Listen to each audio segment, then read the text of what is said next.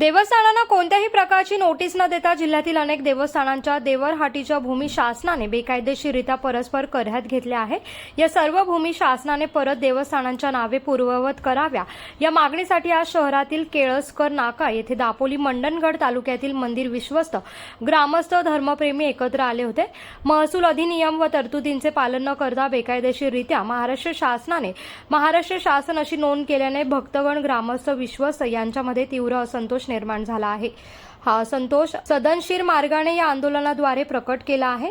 महाराष्ट्र शासनाने या आंदोलनाची गंभीर दखल घेऊन शासनाने तातडीने हा निर्णय घ्यावा अशी एकमुखी मागणी विश्वस्तांनी या आंदोलनाद्वारे केली आहे। विश्वस्तांनी आपल्या भावना व्यक्त केल्या आहेत। हिंदूंनो, मंदिराच्या मालकीच्या देवरहाटी जमिनींच्या रक्षणासाठी संघटित व्हा। हिंदूंच्या धार्मिक भावनांचा अनादर करणाऱ्यांचा निषेध असो।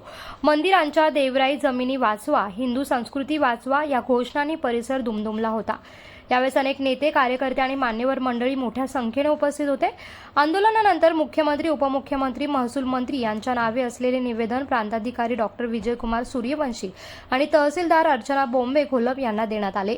कोकणासह परिसरातील ताज्या घडामोडींसाठी सागर डिजिटलला सबस्क्राइब करा आणि नोटिफिकेशनसाठी बेल आयकॉनवर प्रेस करा।